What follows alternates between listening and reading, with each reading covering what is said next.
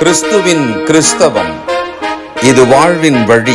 Christianity of Christ, this is the way of life. பரிசுத்த ஆண்டவர் இயேசு கிறிஸ்துவின் இனிய நாமத்திலே உங்களை வாழ்த்தி சுவிசேஷ புத்தகங்களின் ஒருங்கிணைந்த பார்வைக்கு அன்போடு வரவேற்கிறேன். லூக்கா எழுதின சுவிசேஷம் 18ஆம் அதிகாரம் 9 முதல் மிக முக்கியமான, இந்த காலத்தில் நமக்கு ரொம்ப அவசியமான ஒரு கருத்தை ஆண்டவர் அன்னைக்கு சொன்னதை, ஒரு உவமை வழியாக சொன்னதை நம்ம படிக்க போகிறோம். ரொம்ப ஆச்சரியமான ஒரு வித்தியாசமான ஒரு உவமை இது. காரணத்தை சொல்லிட்டு உவமையை இங்கே சொல்கிறார். சில நேரங்களில் உவமை சொல்லிடுவார், அதுக்கப்புறமா விளக்கம் கொடுப்பார். பாருங்க, அன்றியும் தங்களை நீதிமான்கள் என்று நம்பி மற்றவர்களை அற்பமாய் எண்ணின சிலரை குறித்து அவர் ஒரு உவமையை சொன்னார். தான் என்ன சொல்ல போகிறாரோ இதற்காகத்தான் இதை சொல்லுகிறேன் என்று தெளிவாக ஆரம்பிக்கிறார். இதில் என்ன முக்கியமான விஷயம்னா, தங்களை நீதிமான்கள் என்று நம்பி, அவங்க நீதிமான்கள்னு அவங்களே நம்பிக்கிறாங்களாம். இப்போது இதில் என்னென்னா, ஒரு நீதிமானாகிய ஒருவன் அப்படின்னு இல்லை, நீதிமானாக தன்னை நம்பிக்கொள்ளுகிறவன் அப்படின்னா அவன் உண்மையிலே நீதிமானா இல்லை. சரி, அவன் நீதிமானா நடக்கிறான் நடக்கலை, அவனை நீதிமானா நினச்சிக்கிறான், ஓகே விட்டுருங்களேன். இப்போது இதனால் என்ன பிரச்சனை வரப்போகுது? அவன் ஒரு தப்பு பண்ணுறான். என்ன பண்ணுறான்? மற்றவர்களை அற்பமாகவும் எண்ணுகிறான். இங்கே தான் அதை பகுத்து பார்க்கும்போது மிகப்பெரிய ஒரு முரண்பாடான எண்ணம் அவனுக்குள் இருக்கிறது. மற்றவர்களை நீதிமான்களாக நினைத்து தன்னை அற்பமாக எண்ணுவானானால் அது நல்லா இருக்கும். ஆனால் இவன் என்ன பண்ணுறான்? ஏன் நம்ம என்ன பண்ணுறோம்?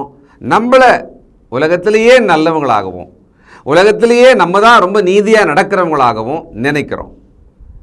நீ நினச்சா நினச்சின்னு போப்பா அப்படின்னு விட முடியல. ஏன் தெரியுங்களா? இதை நினச்சிட்ருக்கிற நாம் மற்றவர்களை விட்டு வைக்கிறதில்ல, அவர்களை அற்பமாக சொல்லி அதனால் நான் நீதிமானாக இப்படி இருக்கிறேன் பாருங்க. இதுதான் நம்மளோட பிரச்சனை. இதில் 2 கேரக்டர் ஆண்டவர் கொண்டு வரார். ஒன்று பரிசேயன், இன்னொருவன் ஆயக்காரன். பரிசேயன் என்பவன் மொத்தமாக 100% கெட்டவங்க மட்டும்தான் அப்படின்னா அப்படி இல்லை. அப்போஸ்தலனாகிய பவுல் கூட பரிசேயரில் பரிசேயராக அவர் இருந்தார். நியாயப்பிரமாணத்தின்படி குற்றம் சாட்டப்படாதவராக தன்னை காத்து கொண்டார். அப்போ பரிசேயராக இருப்பவர்கள் நல்ல தேவபக்தியுள்ள பரிசுத்தவானாக நீதிமானாக தங்களை காத்து கொண்டவர்கள் கண்டிப்பாக இருக்கணும். ஆனால் இந்த இடத்துல நமக்கு காண்பிக்கப்படும் இந்த பரிசேயன் எப்படிப்பட்ட ஒரு நபர்? அவரை மொத்தமாக கெட்டவர் என்று சொல்லிடலாமா? அவருடைய செயல்பாடுகளை பற்றி ஒரு சுய மதிப்பீடு அவர் தன்னை பற்றி சொல்கிறார் பாருங்களேன். அதை நம்ம கொஞ்சம் கூர்ந்து கவனிக்க வேண்டியிருக்கிறது. ஜெபம் பண்ணும்படி தேவாலயத்துக்கு போனார்கள். அந்த காலத்தில் ஆண்கள் பெண்கள் தேவாலயத்துக்கு 3 வேளை குறைந்தபட்சம் ஜெபம் பண்ணும்படி போவாங்க. அவங்க பொதுவான அந்த தேவாலயத்துக்கு போயிட்டு அங்கே பெண்களுக்கான ஒரு தனி இடம் இருக்கும், அங்கே பெண்கள் செய்வாங்க. ஆண்களுக்கான இடம் இருக்கும், அங்கே ஆண்கள் போய் நின்று ஜெபம் பண்ணிட்டு அவங்களுடைய வழக்கம் ஒரு 3 வேளை ஒரு நாளைக்கு அப்படின்னு பண்ணுவாங்க. அதுதான் இஸ்லாமியர்கள் என்னென்ன வேலை தொழுது கொள்ளணும் ஒரு நாளும் பண்ணுவாங்க பார்த்தீங்களா? அதே மாதிரி எபிரேயர்கள் நடுவில், இஸ்ரவேல் மக்கள் நடுவில் இத்தனை வேளை ஒரு நாளிலே தேவனை தொழுது கொள்ள வேண்டும், அல்லது தேவாலயம் போக வேண்டும், அல்லது ஜெபிக்க வேண்டும் என்ற வழக்கம் வச்சுருந்தாங்க. இதே போல் கிறிஸ்தவர்களும் கூட காலை மதியம் இரவு என்று சொல்லி ஜெபிக்கிற வழக்கம் இருக்கலாம். இன்றைக்கு அதெல்லாம் ரொம்ப குறைஞ்சி போன காலத்தில் நாம் இருக்கிறோம். காலையில் ஒரு சின்ன ஜெபம், இரவு படுக்கிறதுக்கு முன்னால் ஒரு சின்ன ஜெபம், இவ்வளோதான். இன்றைக்கி அப்படிப்பட்ட ஒரு காலத்தில் நிறைய கிறிஸ்தவங்க மாறிட்டோம். நீங்கள் கேட்குறவங்க உங்களை யோசிங்க. லூக்கா 19:46, என்னுடைய வீடு ஜெப வீடாக இருக்கிறது என்று எழுதியிருக்கிறது, நீங்களோ அதை கள்ளர் குகையாக்கினீர்கள் என்றார். தேவாலயத்தை ஆண்டவர் இன்னொரு வார்த்தையால் சொல்கிறார், அடையாளப்படுத்துகிறார், ஜெப வீடு. அப்போது தேவ சமூகத்துக்கு போகும் பொழுதெல்லாம், ஞாயிற்றுக்கிழமை புதன்கிழமை அல்லது எந்தெந்த சந்தர்ப்பங்கள்லாம் நாம் சபையாக கூடுகிறோமோ அங்கெல்லாம் குறைஞ்சபட்சம் 2 பேர், பக்கத்தில் இருக்கிற அந்த 2 பேராக நீங்கள் சேர்ந்து கரங்களை பிடித்து கொண்டு சகோதரர்கள் சகோதரிகளோட அந்த ஒவ்வொரு சந்தர்ப்பத்தில் கூடும் பொழுதெல்லாம் ஒருமனப்பட்டு ஏதோ ஒரு விஷயத்துக்காக ஒருவருக்கு ஒருவர் கேட்டுக்கொண்டு ஜெபித்தால் எப்படி இருக்கும்ல? நம்மலாம் பொதுவாக என்ன பண்ணுறோம்? சபை கூடுதல் அப்படின்றதுக்கு முன்னால் வர்றவங்க கொஞ்சம் பேர் வந்த பிறகு பேசிகிட்டு இருக்கோம். ஒன்றும் தப்பு கிடையாது. என்னென்னா, நாம் ஒருவர் விசாரிக்கலாம். ஆனால் அதை விட இப்படி யோசிங்களேன். ஏன்னா அப்படி வெளியில் சபை முடிஞ்ச பிறகு கூட வெளியில் நின்று நம்ம எவ்வளோ நேரம் வேணாலும் பேசலாம், விசாரிக்கலாம். அல்லது ஒரு அரை மணி நேரம் முன்னால் வந்துட்ட பிறகு கூட வெளியில் நின்று நம்ம பேசலாம், கொள்ளலாம். ஆனால் சபை கூடுமிடம் அப்படின்னு உள்ளே வந்துட்ட பிறகு நாம் அதை ஜெப வீடாக நினைத்து நாம் ஜெபிக்கும் சந்தர்ப்பமாக அருகில் இருக்கும் அந்த சகோதரனோட ஏதாவது ஒரு காரணத்துக்காக நாம் ஜெபம் பண்ணலாமா? இந்த காரணத்துக்காக எனக்காக நீங்கள் வேண்டிக்க முடியுமா அப்படின்னு கைகோர்த்து கொண்டு ஒருமனப்பட்டு ஜெபம் செய்தால் அது கூடுதல் பலனை கொடுக்கும். நிச்சயமாக முயற்சி பண்ணி பாருங்க. 11ஆம் வசனம், லூக்கா 18. பரிசேயன் நின்று, தேவனே, நான் பரிகாரர், அநியாயக்காரர், விபச்சாரக்காரர் ஆகிய மற்ற மனுஷரைப் போலவும் இந்த ஆயக்காரனைப் போலவும் இராததினால் உம்மை ஸ்தோத்தரிக்கிறேன். பொதுவாகவே சொல்லுவாங்க, யூத ஆண்மகன் தான் ஒரு பெண்ணாக படைக்கப்படவில்லை, அதற்காக தேவனே உம்மை ஸ்தோத்தரிக்கிறேன் அப்படின்னு சொல்லுவாங்களாம். அப்படின்னா என்ன? அந்த பெண்கள் படும் பாடு, பெண்களோட நிலை, அவர்களுக்கு தேவாலயம் முதல் வீடு, அரசு, சமூகம் என்று சொல்லி அவங்களோட ஒரு நிலைப்பாடு, அவங்களோட நிலைமை இருக்குது பார்த்தீங்களா? அதை பார்த்து தான் ஒரு பெண்ணா இல்லைப்பா, தப்பிச்சோம் அப்படின்ற மாதிரி யூதர்கள் ஆண் மக்கள் நன்றி சொல்லுவாங்களாம். அதுபோல இவர் என்ன பண்ணுறாரு? சில விஷயம் சொல்கிறார் பாருங்களேன். பரிகாரர் அப்படின்னா என்ன? மிக மோசமான சமுதாயத்தில் பிறரை பறித்து வாழுகிற, பிறரை கொள்ளையடித்து வாழுகிற ஒரு ஆளாக இல்லை. ஏன்? ஆயக்காரர் யாரு? அவங்கள பற்றி தனியாக பார்த்தா நம்ம தெரிஞ்சுக்கலாம். பிறரை பறித்து, வரியை பறித்து, பணத்தை பறித்து வாழ்கிறவங்க அவங்க. பரிகாரர் மாதிரி நான் கிடையாது. அடுத்தது அநியாயக்காரர். ஆயக்காரர் அப்படின்றவங்களே அநியாயக்காரராக இருப்பாங்க. அது ஏன் அவங்க அப்படி இருப்பாங்கன்றத கவனிக்கலாம். ஆனால் சொல்கிறாரு அநியாயக்காரர் அப்படின்னா இவருக்கு ஒரு தைரியம் இருக்குது பாருங்களேன். நான் பிறரை பறித்து கொள்ளையடித்து வாழவில்லை, அநியாயம் செய்து நான் எதுவும் என்னுடைய வாழ்க்கையை நடத்தவில்லை, விபச்சாரக்காரனாக நான் இல்லை. ஒரு சுய மதிப்பீடு ஸ்டேட்மெண்ட் கொடுக்குறார், தெய்வ சமூகத்தில் கொடுக்குறார். அப்படியானால் ஒரு நல்ல மனிதன் தான், தெய்வபக்தி உள்ள ஒரு மனிதன் தான், தேவனுக்கு பயந்து நியாயப்பிரமாணத்தின்படியாக தன்னை காத்துக்கொள்வதில் ஒரு கவனமாக இருக்கிற ஒரு ஆள் தான். அடுத்தது 12ஆம் வசனம், வாரத்தில் 2 தரம் உபவாசிக்கிறேன், என் சம்பாத்தியத்தில் எல்லாம் தசம பாகம் செலுத்தி வருகிறேன் என்று தனக்குள்ளே ஜெபம் பண்ணினான். வாரத்தில் 2 தரம் உபவாசிக்கிறேன். லேவியராகமம் 16ஆம் அதிகாரம் 29-30. 7ஆம் மாதம் 10ஆம் தேதியில் சுதேசியானாலும் உங்களுக்குள்ளே தங்கும் பரதேசியானாலும் தங்கள் ஆத்துமாக்களை தாழ்மைப்படுத்துவதுமன்றி ஒரு வேலையும் செய்யாமல் இருக்க வேண்டும். இது உங்களுக்கு நித்திய கட்டளையாய் இருக்க கடவது. கர்த்தருடைய சந்நிதியில் உங்கள் பாவமெல்லாம் நீங்கி சுத்திகரிக்கப்படும்படி அந்நாளில் உங்களை சுத்திகரிக்கும் பொருட்டு உங்களுக்காக பாவ நிவர்த்தி செய்யப்படும். இந்த பாவ நிவர்த்தி செய்வதற்கு அடையாளமாக உபவாசம் இருப்பாங்களாம். திங்கள் மற்றும் வியாழன் 2 நாள் ஒரு வழக்கம் அந்த யூத மக்கள்கிட்ட இருக்கான். அதில் 2 நாள் வாரத்தில் நான் உபவாசிக்கிறேன்றார். அப்படின்னா வருஷத்துக்கு 104 நாட்கள் அவர் உபவாசம் இருக்கிறாராம்.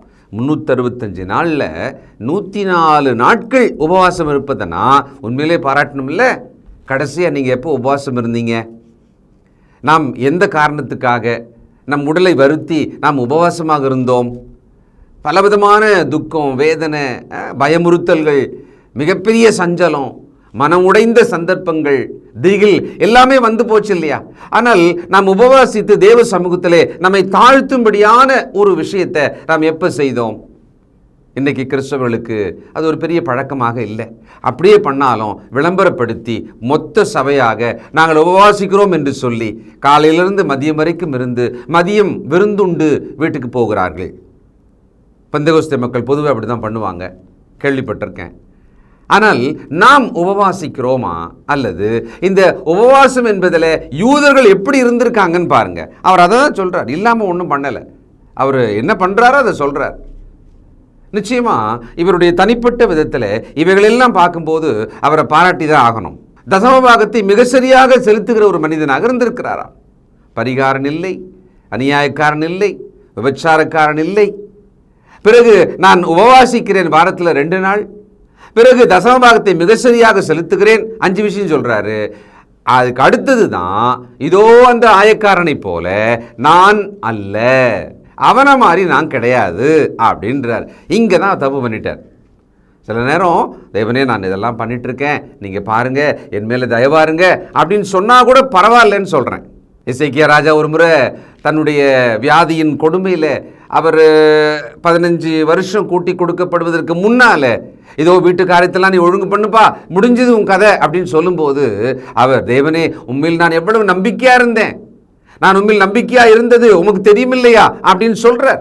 அப்போ நாம் தேவனுக்காக செய்யும் விஷயங்களை அவர்கிட்ட சொல்கிறது. இப்போ பிள்ளைங்க வந்து அப்பா நான் அதெல்லாம் பண்ணேன் பாருங்களேன் அப்படின்னு சொல்கிறது ஓகே தான். ஆனால் அப்படி சொல்லிவிட்டு தம்பி பண்ணலை பார்த்தீங்களா, அவள் பண்ணலை பார்த்தீங்களா, நான் தான் பண்ணியிருக்கிறேன் அப்படின்னா அப்போ தான் அப்பாவுக்கு கோபமே வரும். நீ செய்ததை சொல்லு, ஏன் அவங்கள சொல்லி சொல்கிற அப்படின்னு வர இல்லையா? ஒரு நல்ல தகப்பன் அப்படி தானே சொல்லுவாங்க. அங்கே ஆண்டவர் நமக்கு சொல்ல வந்தது என்ன?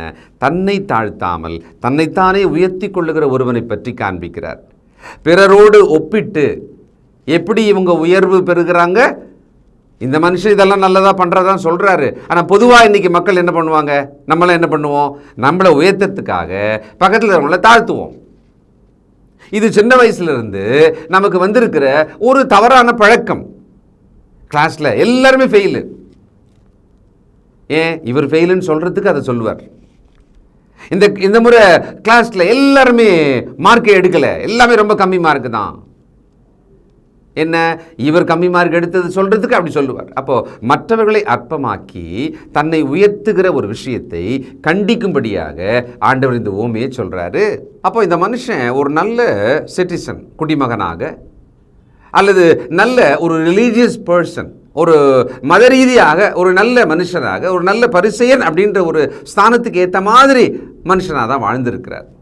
அதில் குறை சொல்ல முடியாத அளவுக்கு இருந்திருக்கிறார். ஆனால் அவர் மற்றவனை அற்பமாக பார்க்கிற அந்த ஒரு கெட்ட குணாதிசயம் உள்ளவராக இருக்கிறார். அடுத்தது இன்னொரு கேரக்டர் வந்து ஆயக்காரன். அவங்க பண்ண ஜபத்தை தனியாக அப்புறம் பார்க்கலாம். இப்போ ஆயக்காரன் எடுத்துக்கோமே, அவர் என்ன பண்ணுறாரு, அவர் வரி வசூலிக்கும் வேலை செய்கிறார். அந்த காலத்திலெல்லாம் ரோம அரசாங்கமானது வரி வசூலிக்கும் நபர்களை நியமிக்கிற விஷயத்தில் ஒரு முறை வச்சுருந்தாங்களாம். அது என்னென்னா, ஒரு ஏரியான்னு வச்சுக்கோங்களேன், அந்த ஏரியாவில் வரி வசூலிக்கிற ஆளாக அவர் போகணும் அப்படின்னு சொன்னால் அவர் ஒரு கான்ட்ராக்ட், ஒப்பந்தம் பேசிக்கணுமா. இந்த ஏரியாவில் நான் இருக்கேன், நான் வரி வசூல் பண்ணி தரேன், உங்களுக்கு நான் இவ்வளவு தொகையை நான் கொடுத்து விடுவேன். அந்த அக்ரிமெண்ட்டு யார் கொஞ்சம் அதிகமாக சொல்கிறாங்களோ அவங்கள அந்த டாக்ஸ் கலெக்டராக ரோம அரசாங்கம் நியமிச்சிருமா. அப்படி நியமிக்கப்பட்டவர்கள் மாதந்தோறும் அவ்வளவு கலெக்ஷனை பண்ணி அரசாங்கத்துக்கு கட்டிடணும். அடுத்தது இவங்க ஒப்பந்தத்துக்காக பணம் கட்டி தானே அதை வாங்குறாங்க அந்த வேலையை. அதனால என்ன பண்ணுவாங்களாம், இவங்க ஜனங்கள் மீது கூடுதல் வரி செலுத்தி, நிலவரி, சொத்து வரி, தெரு, பாலம், பலவிதமான வரிகள் இருக்கு, வகை வகையான ஏற்றுமதி இறக்குமதி, இந்த மாதிரி விற்பனை வரி எல்லாம் போட்டு அதில் ரொம்ப கடினமாக நடந்து வலுக்கட்டாயமாக ஏழை எளிய மக்கள்னு கூட பார்க்காம, ஏன்னா இவனுக்கான பணம் வேணும், தான் பணம் கட்டி அந்த வேலையை பெற்றதுனாலே அதை சம்பாதித்து கொள்ளும்படி கொஞ்ச நாள் என்ன ஆகிடுவாங்கன்னா அதை பல மடங்காக சம்பாதிக்க ஒரு முயற்சி பண்ணிடுவாங்க. அதனால் சமுதாயம் இந்த ஆயக்காரரை பாவிகள் லிஸ்ட்டில் வச்சுருவாங்க, தீண்ட தகாதவர்கள் லிஸ்ட்டில் இவங்களை வச்சுருவாங்க. அவங்கள சமுதாயத்திலேயே மிக அற்பமான ஜந்துவை போல அவங்க தள்ளி வச்சுருவாங்க. அப்படி தான் அந்த ஆயக்காரர். இந்த 19வது சாப்டரில் சகை என்ற ஆயக்காரருக்கு தலைவனை பற்றி பார்க்குறோம் இல்லையா? அவர் எவ்வளவு சொத்து அபகரித்து ஏமாற்றிலாம் சம்பாரிச்சதுனால அவர் ஒரு கன்ஃபெஷன் கொடுக்குறார் பாருங்க. 8ஆம் வசனம், லூக்கா 19. சகேயு நின்று கர்த்தரை நோக்கி, ஆண்டவரே, என் ஆஸ்திகளில் பாதி ஏழைகளுக்கு கொடுக்கிறேன், நான் ஒருவனிடத்தில் எதையாகிலும் அநியாயமாய் வாங்கினது உண்டானால் நாலத்தனையாக திரும்ப செலுத்துகிறேன் என்றான். எவ்வளவு சம்பாரித்து வச்சுருந்தார்னா, கொள்ளையடிச்சு வச்சுருந்தார்னா இந்த அளவுக்கு சொல்லுவார் பாருங்களேன். அவருடைய மனந்திரும்புதலை பாராட்டுகிறோம். ஆனால் அவர் எப்படி அதை பெற்றுக்கொண்டார்னா அநியாயமாக. அவரே கன்ஃபஸ் பண்ணுறார். ஏழைகிட்ட அந்த அந்த வகையை பார்த்தீங்களா? ஆயக்காரர் இப்படிப்பட்டவங்க. இந்த 2 பேர் தான் தேவாலயத்துக்கு ஜெபிக்க வருகிறவர்கள். நாம் பிறரை அற்பமாக எண்ணி நம்மை உயர்த்துகிற சுபாவம் நம்ம இடத்துல இருக்கிறதா? சிந்திப்போம், ஜெபம் செய்வோம். சர்வ வல்லமையுள்ள நல்ல பிதாவே, நாங்கள் எங்களை உயர்த்துவதற்கு பிறரை தாழ்த்தும் வழக்கம் உள்ளவர்கள் தான். அது குடும்பத்திலும் செய்கிறோம், சமுதாயத்திலும் செய்கிறோம், சபையிலும் செய்கிறோம். எங்களை மன்னின் தகப்பனே. இந்த விஷயத்திலே நாங்கள் எங்களை சரி செய்து கொள்ள எங்களை தாழ்த்தும் இருதயத்தை எங்களுக்கு எப்பொழுதும் தாரும். நாங்கள் எங்களை தாழ்த்தினால் நீரே எங்களை உயர்த்துகிற தேவனாக இருக்கிறீரப்பா. அதனால் நம்பிக்கையோடு கூட எங்களை தாழ்த்துவதற்கான பழக்கம், மனம், அந்த தாழ்மையை எங்களுக்குள்ளே சிருஷ்டியும். கேட்கும் மக்கள் ஒவ்வொருவருக்குள்ளேயும் இப்படிப்பட்ட எண்ணமும் இப்படிப்பட்ட தாழ்மையும் உண்டாகட்டும். எங்கள் பிள்ளைகளுக்கு உண்டாகட்டும். எங்களை காத்துக்கொள்ளும். இயேசு கிறிஸ்துவின் நல்ல நாமத்தில் ஜெபிக்கிறோம் பிதாவே. ஆமென்.